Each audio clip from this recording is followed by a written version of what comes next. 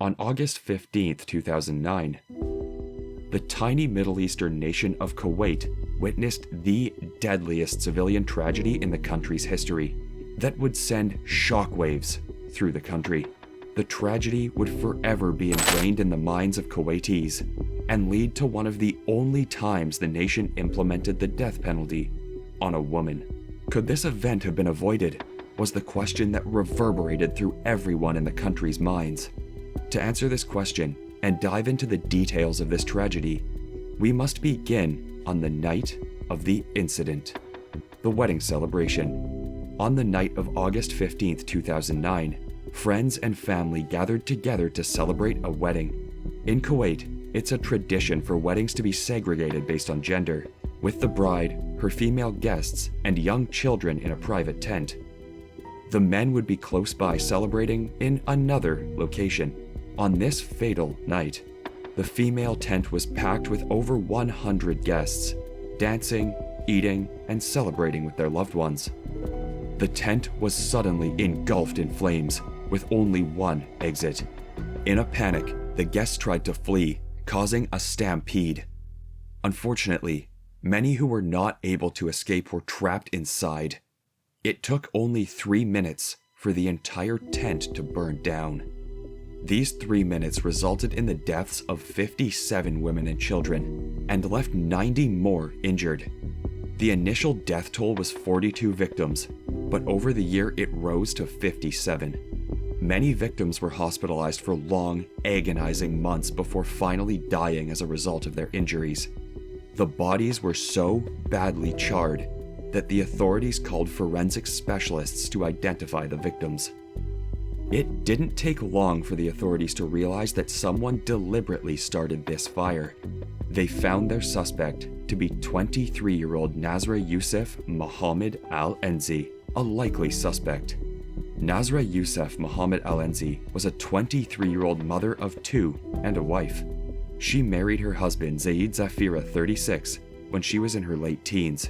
She soon gave birth to 2 children, both who struggled with disabilities.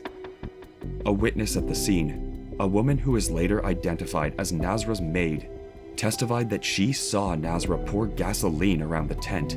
When police apprehended her, she confessed to pouring petrol and setting the tent on fire. Motive: the wedding that Nasra confessed to setting on fire was her husband's wedding to his second wife. In Kuwait, a man is permitted legally and religiously to marry more than one wife. Nasra's husband was celebrating his wedding to his second, younger bride. Nasra claimed physical and mental abuse at the hands of her husband and his relatives drove her to set the tent on fire. The authorities, based on the physical evidence and Nasra's testimony, labeled this arson a premeditated crime, with the primary motive being revenge. Both the bride and groom survived the fire unharmed. Public opinion and trial. The initial reaction to the death of 57 women and children was grief, followed soon by anger. People were angry and demanded punishment for the person responsible.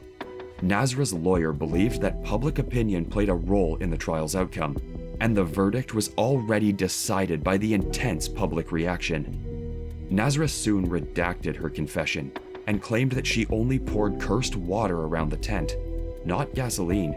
However, the witness testimony and the evidence contradicted her claim. Some sources reported that murder was never her intention, and she wanted to ruin the celebration. However, the tent's material was highly flammable, and the lack of fire exits caused this tragedy. The investigation concluded that Nasra instigated the fire intentionally. The verdict for the murder in Kuwait is the death penalty.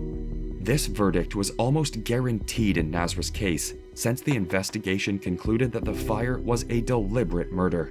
Trial controversy.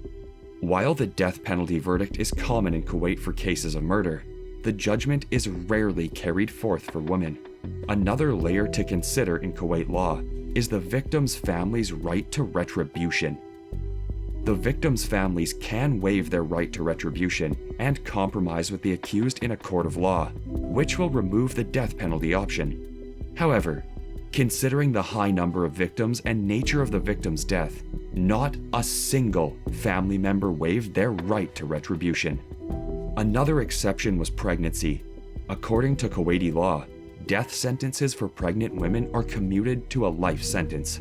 Nasra claimed that she was pregnant with her third child during her incarceration. However, her husband's relative working in the jail forced her to take medication. Unfortunately, this medication caused her to miscarry her child. The husband's relative has since been transferred from the facility. The execution. Her lawyer hoped that her young age and mental state would make her eligible for a pardon, but the courts upheld the death penalty. Out of respect for the deceased, their families, and the survivors living with the physical and mental scars caused by Nasra's actions.